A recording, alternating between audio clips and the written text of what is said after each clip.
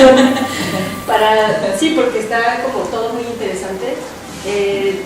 Como comentario, del lado de la psicología se maneja mucho este vínculo en el momento de la lactancia con Margaret Meyer, si te interesa el tema. Es muy interesante el tema con Margaret Meyer porque lo maneja como la importancia, le llama el espejo. En el momento que la madre está amamantando al bebé, es muy importante este momento. A veces puede no ser tal cual la lactancia por un motivo u otro, pero aunque sea la mamila, y decía muy bien Jimena, ¿no?, que le ponen la mamila y se dan media vuelta, o a veces la mamá pone al bebé aquí en el pecho y como Giselle se puso a hacer el doctorado así en la página escribiendo, el bebé estaba pegado, ¿no? O sea, sí es súper importante este momento del vínculo, la mirada, o sea, lo que el bebé está sintiendo y está transmitiendo, lo que la mamá le está reflejando, dice Margaret Meyer, refleja pues en los ojos, ¿no? O sea, ve este amor, esta devoción de la mamá que se te cae la baba en ese momento. El bebé percibe eso, no la falta de atención, el ignorarlo y todo eso.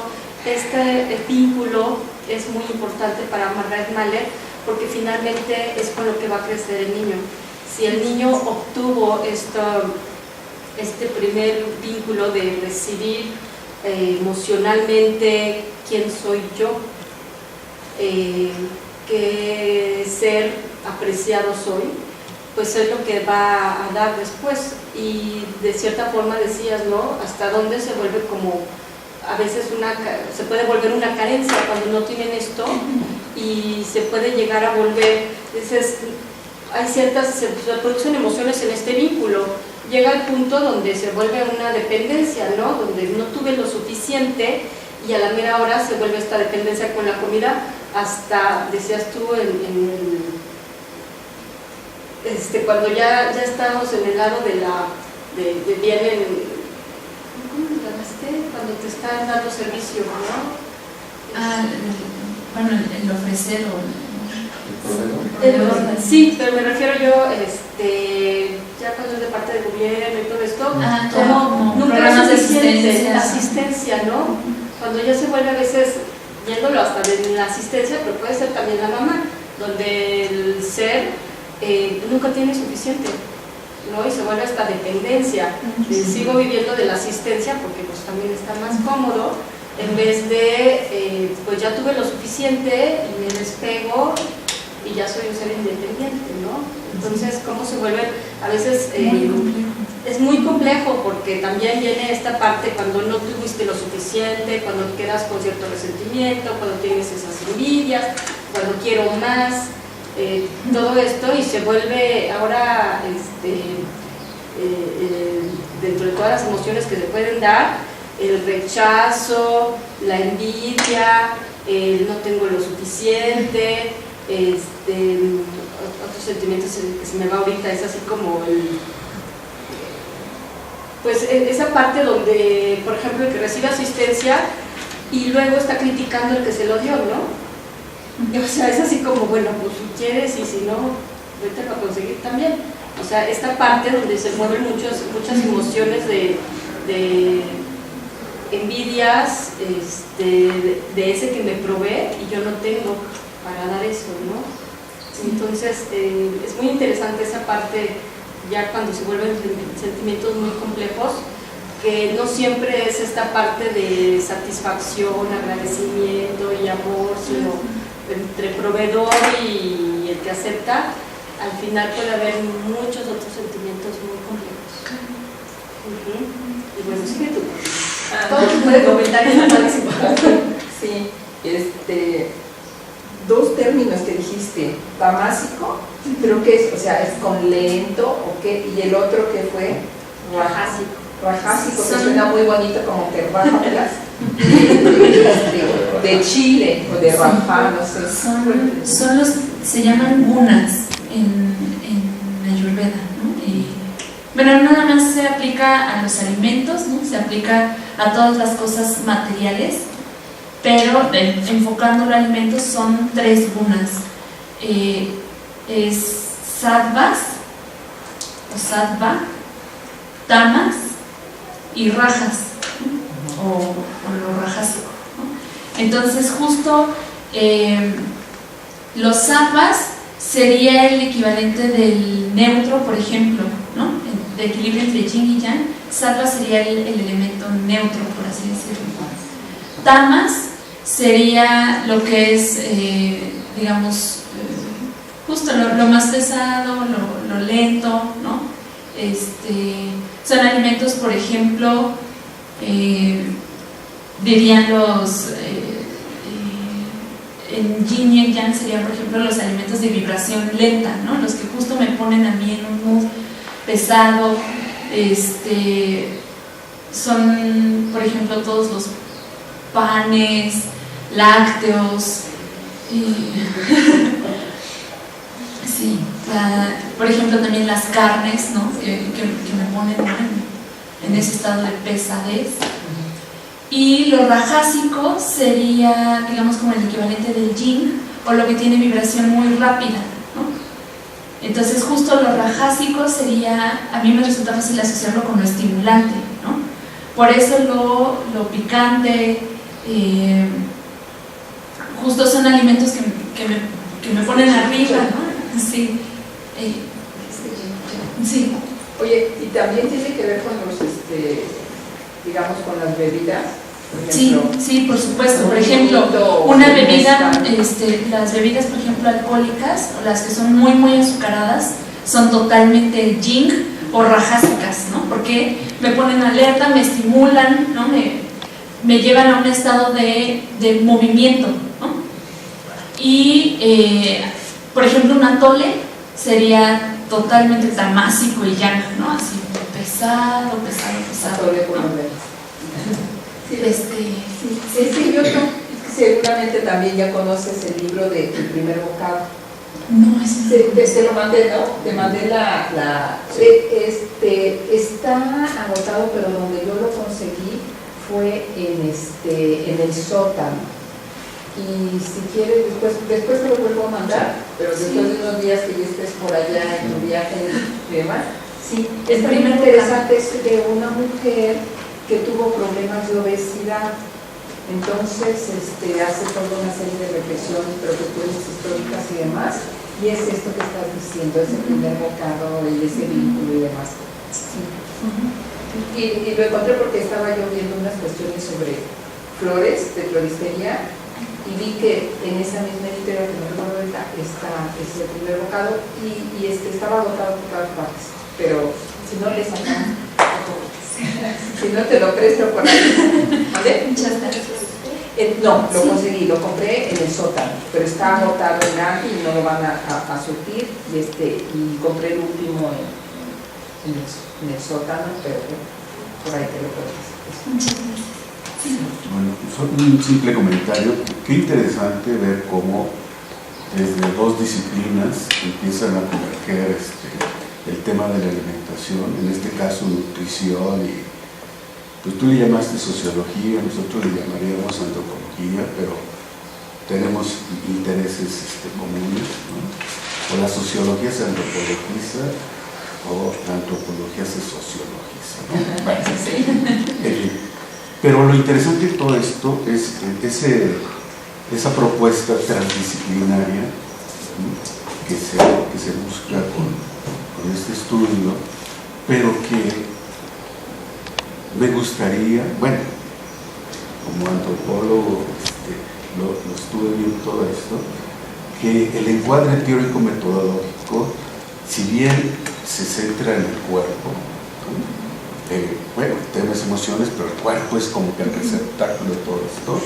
Es interesante toda la propuesta que hace David Le Breton desde antropología del cuerpo y modernidad, y luego cómo se vaya especializando en temas como las pasiones ordinarias en antropología de las emociones o sabor del mundo en antropología de los sentidos. Pero es interesante cómo empieza todo lo biológico, ¿no? O anatomofisiológico, como le llaman, y todo lo sociocultural van involucrándose, ¿no? Integrándose y no darle un peso más a una área disciplinaria o a otra, sino lo que resurge es algo bien interesante. Eso que nos planteas, pues va en esa dirección, pero no sé si dentro de tu bibliografía contemplaste a este autor, ¿no? No, pero lo integro de inmediato. ¿Cómo se llama? ¿Quién es? David Le Breton, o David Le Breton, Nueva Visión, ¿no? Pero es... Y es que justo, ¿no? el estudio de un fenómeno como el de la alimentación, pues no puede predominar un enfoque, ¿no? Es algo tan complejo, ¿no? Que se necesita estudiar todo al mismo tiempo y darle la misma importancia, ¿no? Porque justo es un engranaje perfecto, pero muy, muy complejo, ¿no? Y es imposible tratar de aislar, ¿no? O sea, vaya, se puede, ¿no? Pero si justo lo que se busca es un estudio del fenómeno completo, ¿no? Sí hay que integrar como todos los enfoques. Y justo esto que mencionaba, ¿no? El receptáculo es el cuerpo, pues sí, justo el cuerpo, ¿no? Y en todas estas tradiciones o visiones o planteamientos, justo somos una misma cosa integrada, ¿no? O sea, no es como si yo fuera una matrioshka, ¿no? Y adentro de mi Jimena física hay una Jimenita chiquita con alma y una Jimenitita, ¿no? Es todo integrado y funcionando al mismo tiempo, y justo por eso, ¿no? También el estudio pues debe de ser así, integrado y simultáneo.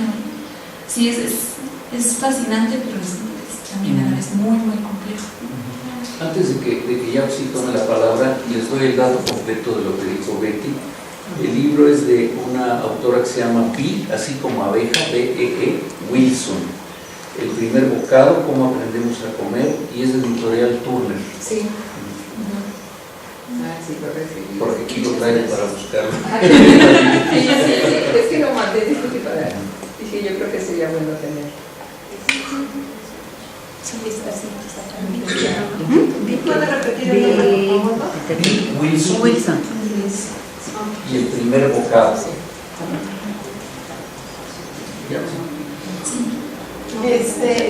Bueno, ¿qué te puedo decir? Más bien es una pregunta. Bueno, primero es un comentario porque ese tema es fascinante. Yo lo estoy trabajando y ya de hecho ya lo voy a terminar con las monjas, lo que es aparte de la mística. Es todo un imaginario corporal, es sociológico, muy interesante, pero por supuesto también antropológico.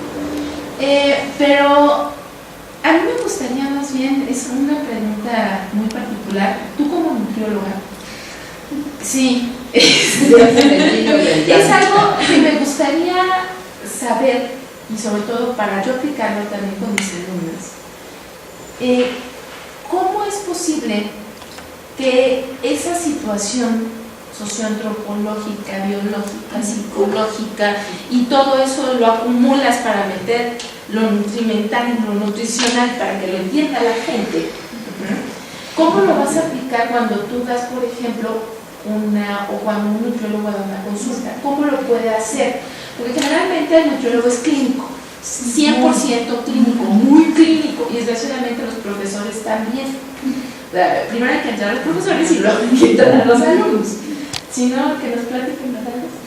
Bueno, entonces es algo muy interesante porque ¿cómo puede hacer un nutriólogo o cómo más bien puede ser un antropólogo o una persona que está inmersa en esto para que tú al momento de dar una consulta primero cambies tú como nutriólogo para entonces fomentar el cambio del paciente?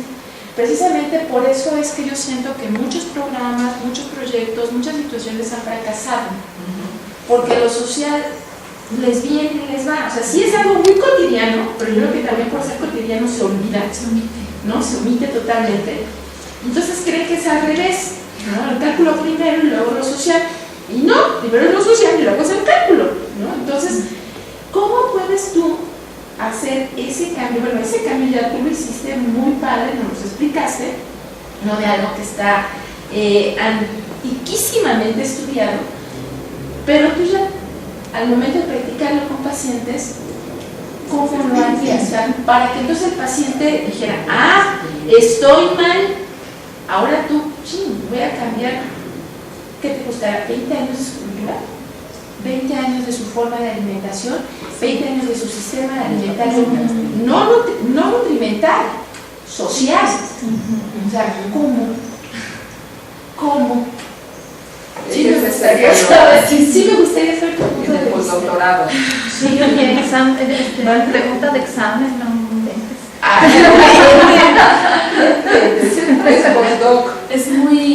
Es muy complejo. Yo en lo particular casi no doy consulta. Doy consulta, pero a cierto... No quiero que sea como muy payaso de mi parte, ¿no? Pero a cierto público con quien yo sé que justo puedo tratar estas cosas, porque es una... No, pero sí es gente sensible, digamos, como a comprender estas conexiones, porque así como los nutriólogos tenemos una formación muy clínica, ¿no? También para bien o para mal, ¿no? Como diría el cuento, bueno o malo, quién sabe, también la demandas tiene mucho ese enfoque, ¿no? O sea, la mayoría de los pacientes que llegan a pedir consulta llegan por bájame de peso lo más rápido que se pueda, sin buscar otra cosa más, ¿no?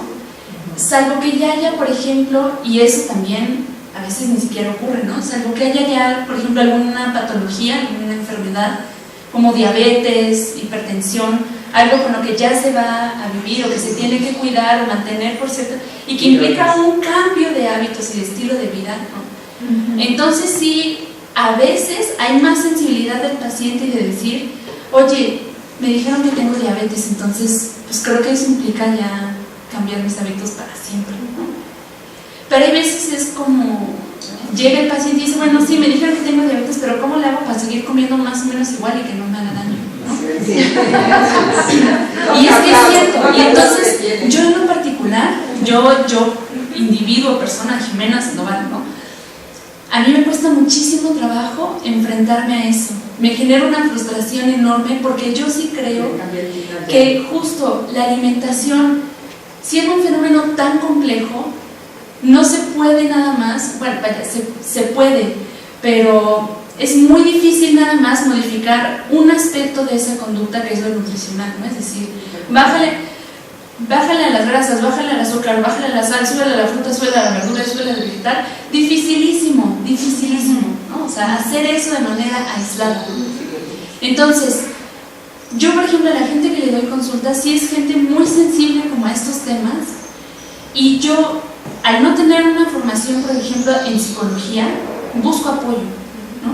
Y entonces, por ejemplo, a veces llega un paciente y me dice, oye, es que pues, me dijo el doctor que tengo gastritis, pero, y yo como así, y ocupo bajar de peso y estoy inflamado, ¿no? Y entonces, yo a veces que les digo, ok, bueno, podemos buscar como alimentos que te ayuden a reducir la inflamación, ciertas prácticas, ¿no? Que podrías adoptar para ayudarte con la gastritis, ¿no? Tu agüita tibia con limón en ayunas, ¿no? Le digo, pero también, ¿no? Y yo porque me he empapado de eso, ¿no? Le digo, tienes gastritis, eso implica un problema, digamos, en digestión, ¿no? O sea, hay algo ahí que, o sea, dificulta la digestión, eso es, digamos, como lo primero que se ve de primera impresión. Y le digo, ¿qué no estás digiriendo?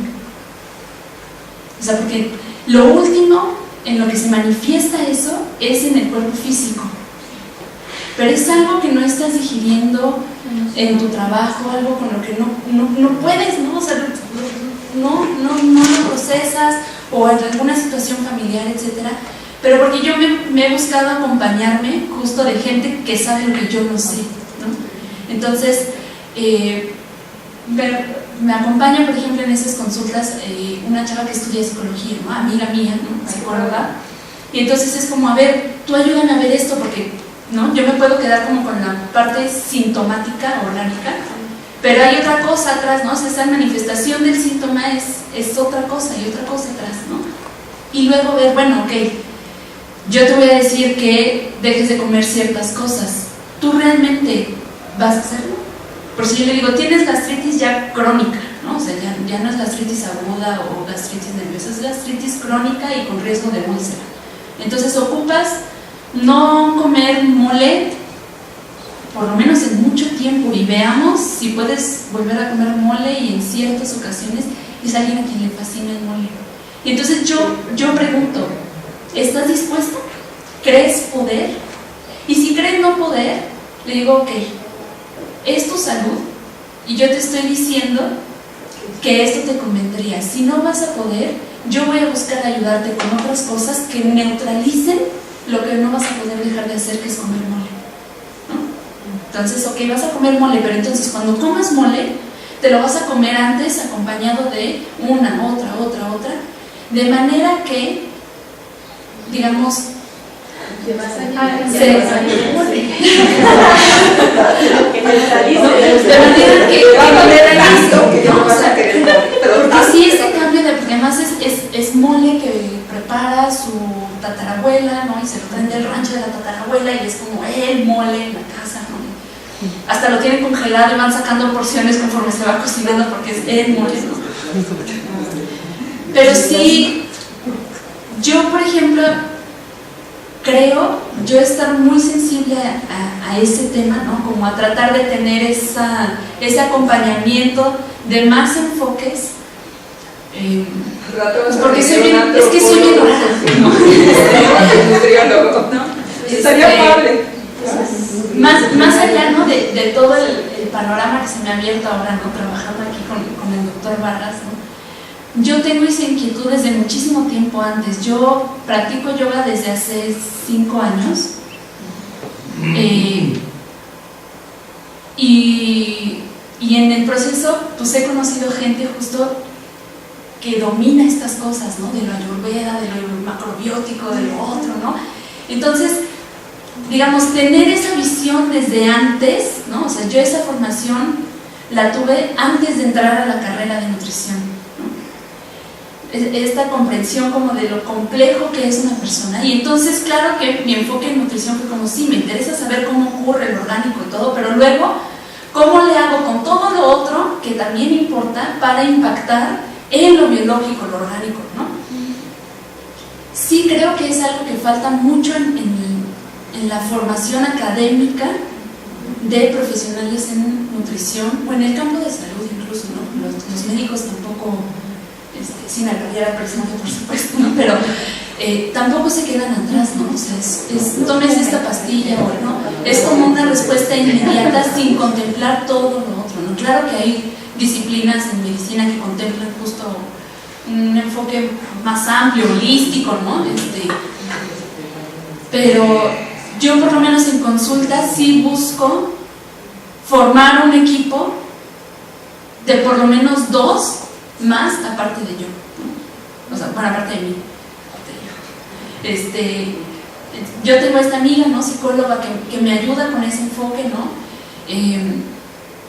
Y a lo mejor justo viene alguien de las ciencias sociales que también te diga, bueno, a ver, pero, o sea, ubícate, ¿no? Le estás mandando una dieta, pero se la puede comprar, le alcanza, le gusta, está acostumbrado, en su familia se usa o no, vive en una región en la que puede comprar eso o no, etcétera, ¿no? Entonces sí conviene mucho, es muy idealista, ¿no?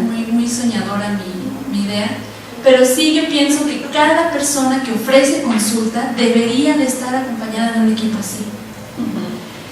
Eso implica también una apertura de mente, ¿no? Que el nutriólogo acepte desde una actitud humilde que no lo sabe todo, que sabe en su campo, pero que su campo no es el único que importa, y que tiene que darle voz también a quien tiene otro enfoque, otro conocimiento en otras disciplinas, y entonces todos, ¿no? Decir, bueno, lleguemos a un consenso, ¿no? Es bien complicado que alguien tenga esa actitud, ¿no? como abierta de decir, bueno, a ver, necesito ayuda, ¿no? Porque esto no lo puedo hacer sola y yo no sé de eso que ocupo para resolver esta situación en específico, ¿no? Entonces, esa también creo que tendría que ser parte de la formación de profesionales, ¿no? No nada más la parte de contemplen lo psicológico, lo social, ¿no? Sino esta parte de formación, no sé cómo decirlo, como de construcción de pensamiento, independientemente de la rama en la que uno estudie, de decir, hay más opiniones y ocupo integrarlas, ¿no? No sé si te dejé con más dudas que respuestas, pero... Un comentario al comentario de Yapsi. Una de las cosas que le estamos pidiendo a los que presentan, porque estamos aquí 3 amenazas de cuadernos de nutrición, es que por favor nos entreguen esto con tiempo escrito para publicar los cuadernos de nutrición. Entonces, lo que yo te quiero proponer, Jimena, muy concretamente, es que hagas esto que presentaste y yo hago la otra parte que sentí que falta, que es la parte de frío-caliente. Sí, sí, sí. ¿Y por qué frío-caliente? Porque resulta que ahí sí yo hice lo que pregunta Yapsi. Es decir, en el tiempo que les estoy contando la historia de los años 70, teníamos un seminario dirigido por el doctor Martínez Cortés y era precioso porque, como lo recordó el otro día, incluso iba Alfredo López Austin al Hospital General a ver pacientes con nosotros y a platicar y todo esto. Y ahí sí pudimos, con nutriólogos del poli, manejar los conceptos de frío y caliente en la consulta nutriológica en pacientes diabéticos. Entonces tengo un poquito de experiencia por ahí en el fondo de mi mente y entonces lo que podríamos hacer es este artículo con esto, otro mío sobre frío caliente y luego uno junto, tal vez con Marta Caujo, hablando de la parte ya clínica, porque creo que ya hay cuando menos ciertas pistas. Miren, por ejemplo, una de las pistas que es muy interesante es algo que nunca publicó Esther Casanueva, que era muy brillante, pero que ella hizo una clasificación diferente de los alimentos muy para los clínicos, muy boba si ustedes quieren, pero muy práctica. ¿Qué cosas me gustan y qué cosas no me gustan? Y de eso que me gusta y eso que no me gusta, ¿qué cosa me dice el nutriólogo que debo de comer o que no debo de comer? Entonces, si cruzo los 4, me encuentro con cosas muy simpáticas, ¿no? Si me gusta y me dice Jimena, cómalo, qué placer. Si me gusta y me dice Jimena, no lo coma, en mi caso el chocolate, por ejemplo, no tanto el mole, pues es un sacrificio, ¿no? Si no me gusta y me dice Jimena, tampoco lo coma, ay, es un alivio. Pero si no me gusta y Jimena me dice, pero eso lo tiene que comer, entonces otro sacrificio. Y entonces este concepto así tan sencillito, tan bobo, que insisto, Esther no lo publicó, pero yo lo he publicado en su nombre, es una guía muy práctica para trabajar con los pacientes y que da buenos resultados. Entre paréntesis, la del mole, que le quiten las venas, las semillas y no le hace daño. Venga. Muy bien.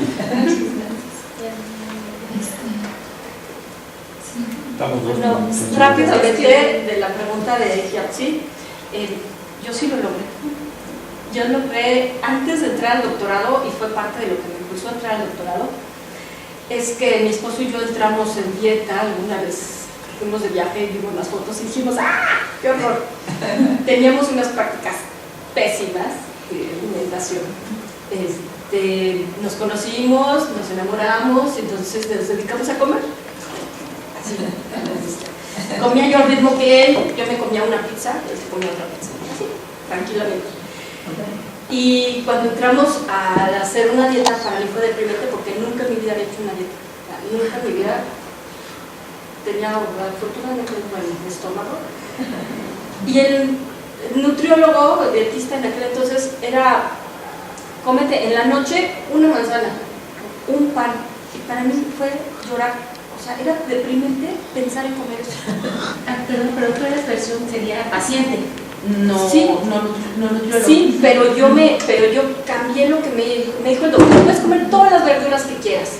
Yo me quedé. gustan las verduras, pero así como que las verduras cocidas y eso no era yo fan. Y dije, todas las verduras, a la hora que sea, dije, ok.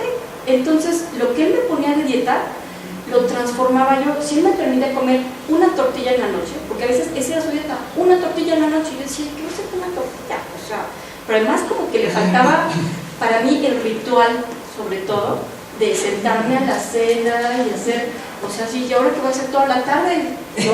Si no me voy a dedicar a hacerle de comer a mi esposo, o sea, como, ¿qué voy a hacer? Y entonces me dedicaba a hacer guisados con puras verduras, y entonces en vez de hacer, no sé, el guisado de carnita con caldito, ¿no?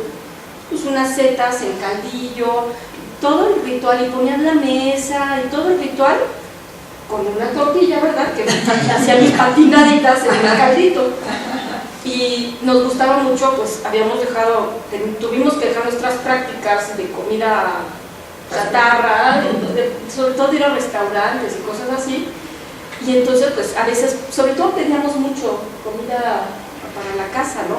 Es que pasamos una temporada y, como dices, ¿no? Muchas cosas de estrés, que mi papá estuvo enfermo, que mi mamá estuvo enferma, que mi hermana estuvo enferma, entonces te la pasas en hospitales y llegas así, llámale a las X, ¿no? Y entonces llamábamos al sushi y era los palitos chinos. Bueno, pues lo que hicimos fue ritual de verduras con palitos chinos. Entonces fue una noche de jotes sentados en el centro de la sala, y puse toda la mesa, porque además tengo todo mi set de comida japonesa, china, como le llamen, todo vestido de japonés con palitos chinos, comiendo ejotes con sal. O sea, fue como mantener el ritual. O sea, lo importante era mantener el ritual. Si tú haces, le comentaba yo a Paris, que del sistema de alimentación que él menciona en su maestría, yo utilicé lo mismo, pero sumándole la sobremesa. Entonces, todo el ritual de la cena, todo el ritual, mantenerlo. Si tú haces, no sé, hot cakes, pues algo que sea similar a hacer el ritual de los hot cakes, obvio sin miel. O nada más bien. No, pero lo que se permitiera con verduras, o sea, transformar. Y entonces fue muy padre con el dietista que teníamos, era una vez a la semana verlo, y con él iniciamos, que todavía lo sigue haciendo él después de 1000 años, una tabla de quién, yo no conocía a sus pacientes, pero una tabla de quién iba adelante, quién había perdido más kilos. Hicimos todavía siguen publicando recetas de a ver quién hacía una receta que estuviera rica, pero propuestas de los pacientes. A ver, ¿qué se te ocurrió hacer con este material que yo te di? Tienes permiso de comer esto, ¿cómo lo vas a transformar? Y entonces hicimos como recetarios de cada quien, y publicaba él en su consultorio, ponía en la pared el cuadro de honor, la receta de la semana. Entonces, si me daba permiso de comer un pan, una tortilla, puede ser una crepa, bueno, ¿qué pude yo hacer con esa crepa? Con fresas, moras, y le puse esplenda. O sea, era como transformar eso que me daba, pero mantener el ritual. Sobre todo mantener el ritual en la casa, sea el que sea, mantenerlo, porque para mí irme a la cama con una manzana era, no, o sea, de ponerme a llorar. ¿Pero hace cuántos años fue eso? Ay, ya no me digas, porque el estrés de doctora de trabajo sí sube de peso. No, pues como dicen. Tuve varios comentarios más o menos puntuales que espero sean de utilidad. Yo insisto en que los alimentos no son ni portadores de emociones, ni de vocaciones, ni inspiran pensamientos, ni nada por el estilo. Insisto en que es la sociedad la que en su movimiento cotidiano, en su especificidad histórica, cultural, de vida material, asigna a los alimentos, por ejemplo en este caso, valores, emociones, y se traducen en las maneras como nos relacionamos con los alimentos. Esto parece una nimiedad, o sea, parece una insistencia necia de que, a ver, no son los alimentos los que tienen los símbolos, sino las personas las que le asignan, las personas no individuales solo, sino la sociedad, el poder social el que le asigna a los alimentos valores referencias. ¿Por qué es importante esto? Justo por el siguiente nivel en el que tú presentas tu exposición. El asunto de esta suerte de, le voy a llamar maternocentrismo que la sociedad occidental contemporánea le ha dado al papel de los aprendizajes de la alimentación en función de ese primer momento, ¿no? Que tiene, que tanta carga significativa tiene esa primera relación que tiene el hombre con el alimento a propósito de la relación maternal, ¿no? La cual no cuestiono, me parece que es correcto, me parece que es adecuado, pero es muy particular, es decir, una forma muy específica de entender la relación madre, hijo, alimento, porque está muy atravesada por las condiciones en las cuales esa visión se ha construido, que es la condición de la abundancia, que es la condición de, la sociedad se puede dar el lujo de pensar la relación hijo-madre que parece como llena de algodones y pureza, pero ojo, sociedades anteriores, sociedades distintas, no necesariamente han construido la relación de los alimentos en relación de esta importancia que nosotros le damos a la relación materno-infantil. Entonces, está sesgada también por una condición histórica específica a la cual hay que ponerle atención. ¿Por qué? Porque esa parte es muy positiva y es muy, digamos,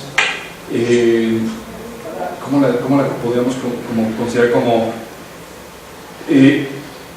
sobrevalorada, ¿no? Hipervalorada. Está bien porque esta sociedad tiene las condiciones para darle ese valor a la relación materno-infantil, pero si pensamos en otras formas en las cuales no hay condiciones para que o no ha habido condiciones para que el hijo nazca en las condiciones que estamos acostumbrados en que nazca. Es decir, ¿qué pensamos cuando pensamos en el nacimiento de un niño? No, pues hospital, la cosa muy limpia, muy protegida, pero no, la sociedad humana no siempre ha parido así, ni siempre ha dado a los niños así, y no siempre ha cuidado a los niños así, o no siempre le ha dado esa preponderancia de relación como nosotros estamos pensando. Eso es una visión cargada de un prejuicio etnocéntrico. No estoy diciendo que sea mala, estoy diciendo más, está cargada de un prejuicio y hay que tener claridad de eso. Por lo tanto, la carga emocional de la cual estabas hablando en tu exposición, la importancia de esa carga emocional está sesgada históricamente y culturalmente por todas esas condiciones. Y hay que ser muy claro de eso, porque entonces eso nos dice que no todas las sociedades necesariamente se las han visto de la misma manera para resolver esa relación, ¿no? Por lo tanto, no siempre también vamos a estar en esta misma relación. Entonces eso tiene limitaciones importantes.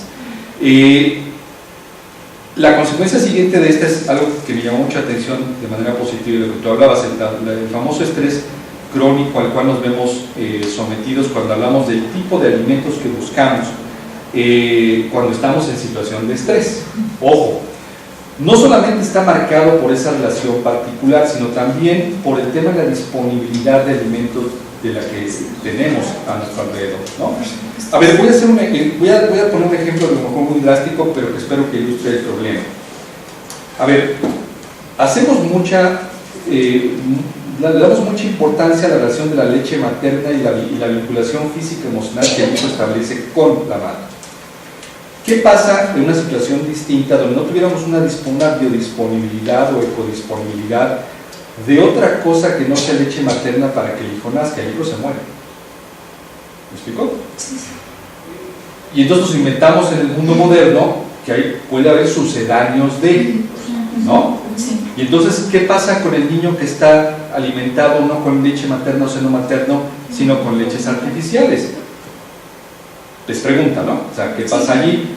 ¿Está condenado a qué?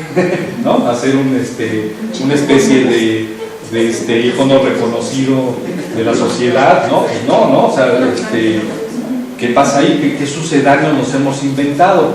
¿Son positivos? ¿No son positivos? ¿En qué sentido impactan o no impactan a la relación? ¿Qué tipo de relaciones estos hijos o estos niños producen en relación con el alimento? ¿Que están condenados a ser obesos de por vida? No sé, o sea, son preguntas que se me ocurren, que surgen justo de las ideas que tú has manejado. Tú hiciste una afirmación que me llamó mucha atención, decía, las señales biopsicosociales distorsionan las señales biológicas. y eso me distorsionó toda la exposición, porque no voy a ver. No, es que las señales, en todo caso, como tú llamas psicosociales, en realidad son interpretaciones de lo que sucede a nivel de lo biológico. Eso significa que esa interpretación también está marcada por esa condición histórica, económica, política de la que hablábamos al principio. Por eso es importante, es decir, transformar la ecuación. Navegamos con la idea de que los alimentos son los portadores de, esta es una idea equívoca. ¿Por qué no? Porque somos los sujetos, los que están en las prácticas, los sujetos, los que estamos imprimiendo, ¿no? Y entonces estos mecanismos, y lo que me preocupa son qué mecanismos de diálogo se establecen entre las sensibilidades y las disponibilidades. ¿Por qué refiero a la disponibilidad? Cuando hemos expresado la idea de que, ojo, la sociedad moderna tiene un problema con la disponibilidad. Estoy pensando en el tema de nuestro referente de la alimentación es la abundancia. Siempre. Tú lo expresaste muy bien y Giselle también lo expresó muy bien hace un momento cuando decía, el médico me dijo, el nutriólogo de salud me dijo, puedes comer toda la verdura que quieras, y es un discurso muy recurrente en la consulta del nutriólogo, puede comer todo lo que quiera, está pensando en el problema que te ha traído aquí es la abundancia, el mecanismo racional que te ha traído aquí es la abundancia. Sí, pero ojo, la abundancia no es lo mismo la abundancia de chicharrones que la abundancia de vegetales, ¿no? Y el problema es que el imaginario social está construido sobre una abundancia que está muy conectada con el tema de la producción de sensibilidades en torno a ciertas cosas que están disponibles en abundancia, ¿no? Aquí me remito mucho a la conferencia que comentó Benjamín aquí en la sesión pasada sobre la construcción del gusto, ¿no? Es decir, cómo hemos aprendido a construir el gusto, qué hemos entendido por la idea del gusto. El gusto no es una idea transhistórica, no es un referente transhistórico en la existencia de lo humano, sino es una forma interpretada desde la noción del burgués en el siglo XVIII-XIX y consolidado en el siglo XX, porque el siglo XX ha construido las condiciones para que el gusto así se dé vuelo, ¿no? En torno a estas cosas que en abundancia nos han tenido donde nos tienen, ¿no?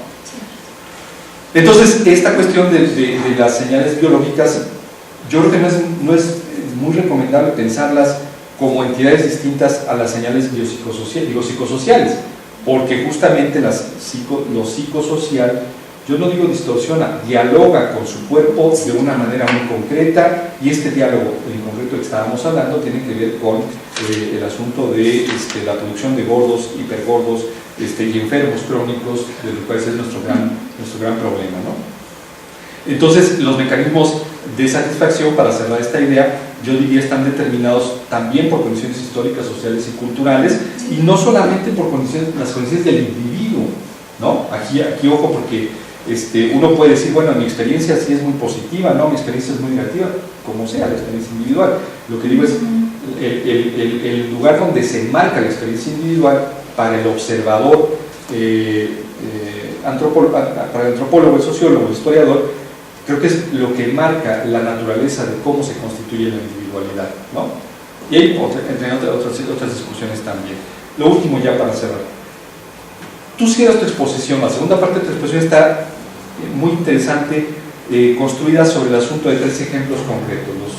La experiencia de la India con los Ayurvedas, la experiencia de Japón con la macrobiótica, y otra experiencia que es la experiencia, digamos, la que da la naturalidad al mundo occidental, que es la experiencia de Grecia. La hipocrática, ¿no? La hipocrática. Y bueno, yo digo, ojo, porque Occidente aprende de Oriente de una manera muy extraña, sí. Y además aprende ayer, o sea, y además la otra cosa es que lo empieza a ver muy occidentalmente, ¿no? Claro, no puede ser de otra manera. La macrobiótica le entra a Occidente por la vía justo de todo el New Wave que se construye en San Francisco, en California, y entonces hay una interpretación super hippie de la onda, y entonces lo que empieza a ver son oposiciones estructurales, ¿no? Entonces Occidente lo interpreta como, claro, la solución del mundo está en pensar en términos de oposiciones, pues es que el estructuralismo de los años 50 y los 60 era la moda del pensamiento intelectual, social, cultural, ¿no? Y pues los hippies de la época pues, son especialistas en pensar el mundo estructuralmente. Por lo tanto, la visión que tenemos en la actualidad de estas culturas está muy basada en estas oposiciones estructurales, en donde el equilibrio se funda básicamente en pensar lo opuesto, en los opuestos, para resolver el problema de, por ejemplo, de salud, de condición emocional, Pero básicamente es una forma etnocéntrica también de verlo, es la forma occidental de ver el mundo oriental, es de ver el mundo con su conjunto, ¿no? Es que el occidental tiene un poco, el occidente tiene como la preeminencia de pensarse desde una perspectiva etnocéntrica naturalmente, entonces todo volvemos como interpretándolo así. Pero refieren a tradiciones preoccidentales y premodernas, que sobre todo tú bien lo dijiste, hacen énfasis en la alimentación como un acto ontológico, lo cual el occidente no tiene experiencia de verlo así. Entonces, lo que se nos presenta es una serie de recetas prescriptivas de donde el occidente quiere salvarse a sí misma de sí mismo, ¿no? ¿Cómo nos salvamos del mundo de hiperabundancia, atascamiento en el cual vivimos? Pues pensemos en lo importante que es el entorno, la naturaleza, los alimentos, pero tú lo expresaste muy bien, estas cosas se ven como cuestiones prescriptivas, es el alimento. Pero cuando George Osawa llegó a América y dijo, a ver, el tema de la macrobiótica tiene que ver con estilos de vida, estilos de transformación de la existencia, ya Occidente cerró los oídos. ¿Y qué creó? La dieta macrobiótica, la dieta de los Ayurveda, ¿no? Y lo más cercano que se nos presenta es Hipócrates, ¿no? Lo más cercano, que está muy conectado con esta idea de las oposiciones estructurales, ¿no? Sí, de los contrastes. De los contrastes. Y esta visión prescriptiva en realidad creo que en realidad lo que hizo fue más bien es como nuestra versión de todo eso que tiene, como dice Yapsi, pues, culturas milenarias que piensan el tema del alimento no en función del alimento cosa, sino el alimento orgánico, social, en relación con, porque por ejemplo cuando hablas de macrobiótica yo pensaba, sí, pero también está todo el tema de, no solamente de el trigo como tal, sino cómo fue cultivado el trigo, en qué momentos y los métodos de cocción. Y los métodos de cocción, es un mundo que Occidente no entiende, ¿no? Se lo pones enfrente y discute, ¿cómo? Claro, sí, ¿cómo? Porque el mundo industrial occidental está basado en una lógica completamente distinta y lo más a que hemos atinado es a pensar en términos de la prescripción. ¿Y qué pasa? Pues podemos atascarnos de arroz integral de lectores y seguimos igual de panzones. ¿Qué pasa? ¿No? Pues es que vivimos en un entorno, es decir, no estamos entendiendo que toda esta cuestión tiene que ver también con una cultura que se crea en un contexto distinto, una lógica distinta, y que Occidente, en todo el gandallismo que siempre nos aprendió a hacer, nos lo apropiamos, y cuando lo comemos igual, en abundancia, en exceso, ¿no? Entonces hay, regreso a la idea. Regreso a la idea que estabas tú hablando, ¿no? De la que comentaba hace un momento. Siempre estamos pensando en cómo regulamos nuestros problemas, pero el problema es que en la conciencia del sujeto individual del mundo actual lo que prevalece es la conciencia de lo abundante, ¿no? de lo mucho, ¿no? Y ustedes van diciendo, sí, pero es que la hambruna, sí, eso es un problema eso no es un problema de abundancia, sino es un problema de una distribución de alimentos y de riqueza que solo Occidente pudo ver, ¿no? Entonces, ya para cerrar mi intervención, perdón, yo creo que tú haces una muy excelente acotación al final de tu exposición. Romper estos vínculos es una cosa casi como ideal, ¿no?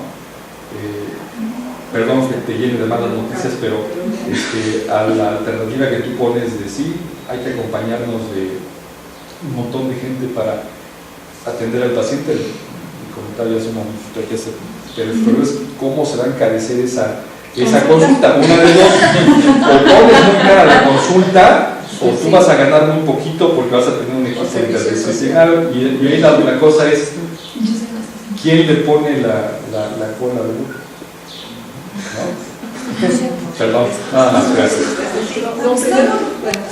En Tláhuac hay un programa del gobierno de la Ciudad de México donde un conocido mío, así excesivamente gordo, asistió, él de recursos económicos bastante altos, fue a Estados Unidos, fue a Europa, a China, para poder bajar, y le impresionó mucho que cuando fue a China lo tocaban así, algo de como, no sé qué quiera decir en esa cultura, por lo obeso que está.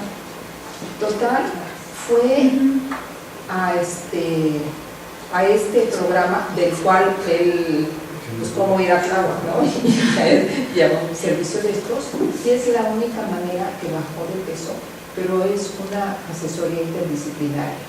Hay un psicólogo, un nutriólogo, un ¿cómo se llama? Totalmente interdisciplinario y de manera constante. Están en interacción, están viendo las cuestiones sociales, afectivas y demás, y bajó. Pero te digo, es alguien que experimentó en diferentes proyectos muy conocidos en diferentes partes del mundo, y fue claro de donde está, y ya lleva, y ahora es de los que se van hasta el Zócalo en bicicleta, y sí, por ahí algo interdisciplinario ya hay aquí en México. Y otro así como que está haciendo de los afectos que tanto tenemos nosotros de refranes que dicen hazte tripas corazón, sí, que ahí corazón contento. Sí, que ahí hay, yo creo que toda una cuestión fértil muy interesante, ¿no? Que lo tenemos culturalmente muy presente. Y felicidades. Felicidades. Sí, claro, sí. Felicidades. Yo pienso que, como el doctor siempre nos ha introducido en esa relación, la complejidad, la interdisciplinaridad, la transdisciplinaridad, esta cosa. Sí, y hay que seguirla. Lo que no podemos es simplemente ver que es difícil entrar por esos caminos, ¿no? Con relación a bibliografía que el doctor ha sugerido en su seminario, que a mí me ha servido mucho para mi proyecto, pues está la neurociencia, ¿no? Entre ellos Antonio Damasio, que trabaja esa relación de emociones, de sentimientos, para que uno va comprendiendo, ¿no? En el paciente, dentro del objeto que uno está estudiando, en la sociedad, qué es, cuál es la diferencia, ¿no? Cómo se procesa eso. Y dentro de todo esa complejidad, ¿no? Social, de vínculo. Y con relación a lo que comentaba Paris, nosotros nos hemos olvidado de algo dentro de esa dinámica que vivimos ahora. Todas las sociedades antiguas tenían momentos de abundancia, de escasez o de ayuno.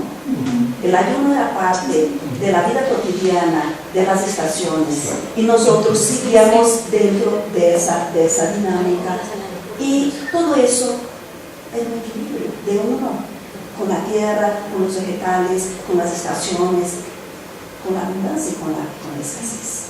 Y hoy día, en esa digamos, esa experiencia occidental, como quieres decir, neoliberal, de siempre abundancia, que es negar esa interacción. Sí, los procesos, la temporalidad, ¿no? También, sí, claro. Yo creo que eso también es muy importante de integrar dentro de una dieta. Sí, claro. Porque la sociedad antes, a través de la religión, a través de las fiestas, se equilibraba. Y se mantenía eso, porque es el ayuno, pasar hambre, privaciones, incomunidad, también es algo fabuloso, no nada más la comida, ¿no? Entonces, esas son mis comentarios. Muchísimas gracias. Se entrega al cuerpo. Haciendo nada más como una breve acotación, justo esta como falsa idea de abundancia que tenemos, y yo la llamo falsa porque justo habiendo los problemas de distribución de recursos que hay, ¿no? Es como esta idea de todo el tiempo, o sea, si yo voy al súper de comida todo el tiempo, todo el año, de todo el surtido, de todas las marcas, ¿no? También nos ha desconectado mucho esos procesos de ayuno, de descanso, de respetar los ciclos, ¿no? Los tiempos están en la naturaleza y antes estábamos como más conectados en que también los requerimos, ¿no? Yo, por ejemplo, voy con un médico acupunturista que generalmente cuando empieza el otoño, ¿no? Recuerdo que hace un año le dije así como, este año noto más que, o sea, ahorita ando como medio cansada, como que no, y me dice, es que también en el otoño el cuerpo quiere descansar, ¿no? O sea, también en cuanto a estilo de vida, ¿no? O sea, más allá de la práctica de la alimentación, el cuerpo también ocuparía como respetar esos procesos también, ¿no? De descanso, y estamos sometidos a una demanda de todo el tiempo, 2 semanas de vacaciones en verano y todo el tiempo, ¿no? Entonces sí, ¿no? Hemos como perdido de vista el respeto y el cuidado también de esos tiempos y de esos procesos naturales y absolutamente saludables y necesarios, ¿no? Y agotando un poco lo que comentaba Paris sobre esta cuestión de qué alimentos busco, ¿no? En situaciones de estrés crónico, etcétera, y justo de, bueno, sí, busco cierto tipo de alimentos, pero también qué disponibilidad o qué oferta hay, ¿no? Por supuesto, ¿no? O sea, ahora más que nunca hay estas cosas de por 3 pesos se puede comer el doble de palomitas, ¿no? Entonces, mi relación de costo y lo que me van a dar es como por 3 pesos y el doble, ¿no? El doble que no, o sea, no cabe, ¿no? O sea, no tendría por qué caber en mi estómago, ¿no? Y me obligo a que quepa porque son 3 pesos por el doble, ¿no? Exacto. Sí. Entonces, justo, es bien complejo ver como todas las cosas que yo, como bien me hacía la anotación Paris de corregir el uso de los términos, ¿no? Esta interpretación que hacemos de todo lo de afuera, cómo lo resuelvo y entonces tomo decisiones y ocurren procesos en el cuerpo, ¿no? Estas cosas de por qué comemos, porque estoy triste o porque estoy enojado, o no como porque estoy enojado, o como porque la comida es gratis, o como porque ya pagué por la comida, ¿no? O sea, todas esas cosas bien complejas, ¿sí? Sí, hay en estos viajes que son para ir por el mar, cruceros, bueno, hay cruceros, sí. Hay un chef me comentaba que muchos, bueno, gente con mucho dinero paga para comer todo el tiempo ahí y tienen ahí una morgue porque la gente come en exceso. Y entonces hay unos que dicen que está pagado, no es porque esté pagado, o sea, que tienen en la mente para pensar y que digamos que diferentes pasajeros de países que tenían mucho los mexicanos a servirse y no terminárselo, o sea, dejar en el plato y otros pasajeros comían exactamente lo que se servía y no era el exceso que iban a tirar y el decir que estaba pagado. Es que esos excesos no están pagados, ¿no? Y él estaba en pastelería y muchos de ellos, los pasajeros, van para un aniversario, un cumpleaños, a festejar algo. Entonces siempre tenían que hacer pasteles, pero tenían que ser pasteles que les decían los pasajeros, oye, pero es que lo quiero con 2 capas arriba de algo que tengo. Y como está incluido en el precio. Sí, pero la cuestión es de que ellos se van surtiendo, que es súper interesante, se van surtiendo, o sea, ya todo está súper organizado, que es una maravilla, y cómo se van surtiendo y tirando basura, que también ahí, donde la tiran y donde se surten, es una maravilla de organización. Y entonces, como si ya tienen un menú y llegan a un lugar y ya no hay, ¿qué tienen que hacer? Pero referente a la comida, cómo la gente buscaba ahí, ahora sí como de todo, y merezco todo, y quienes dejan, quienes no dejan, y quienes se sirven únicamente lo que van a comer, que eso es así como todo un estudio, ¿no? Sí, creo que se ejemplifica muy bien lo que comentaba Paris sobre sí, le damos mucha importancia, mucho protagonismo a esta construcción del vínculo de la comida con afecto, ¿no? En la relación de madre-hijo, pero justo también, ¿no? Estas construcciones de cómo nos relacionamos, por ejemplo, con el dinero, son otras construcciones sociales, ¿no? Que son procesos que van ocurriendo igual desde la infancia, ¿no? Que aprendemos y que también influyen muchísimo en cómo nos relacionamos con la comida, ¿no? O sea, más allá del afecto también, por ejemplo, estas relaciones con el dinero, etcétera.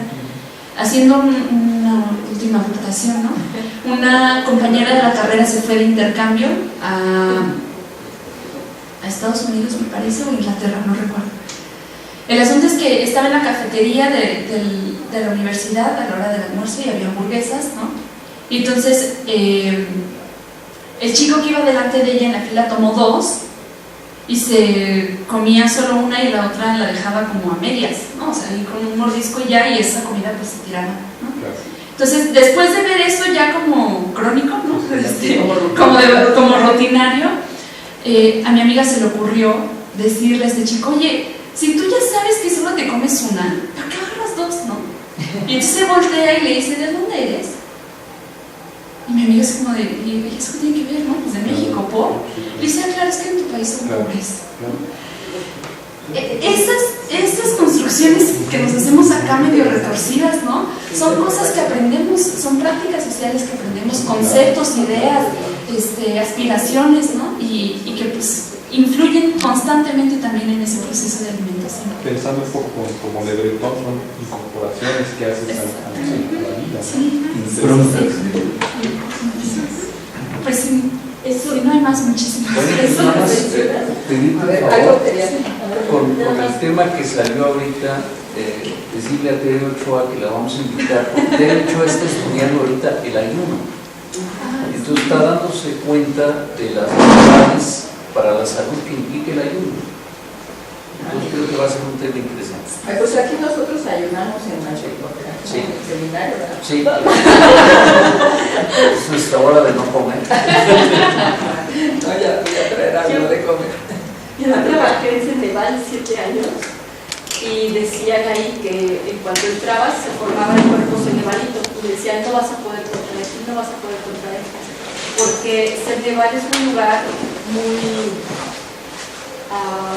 que sirve manos llenas, o sea, literal, todos los eventos a los académicos los atienden, los apapachas, te ponen galletas, te ponen fruta, te ponen verdura, todo el día los tienen con un buen nivel de azuquita para que no dejen de trabajar.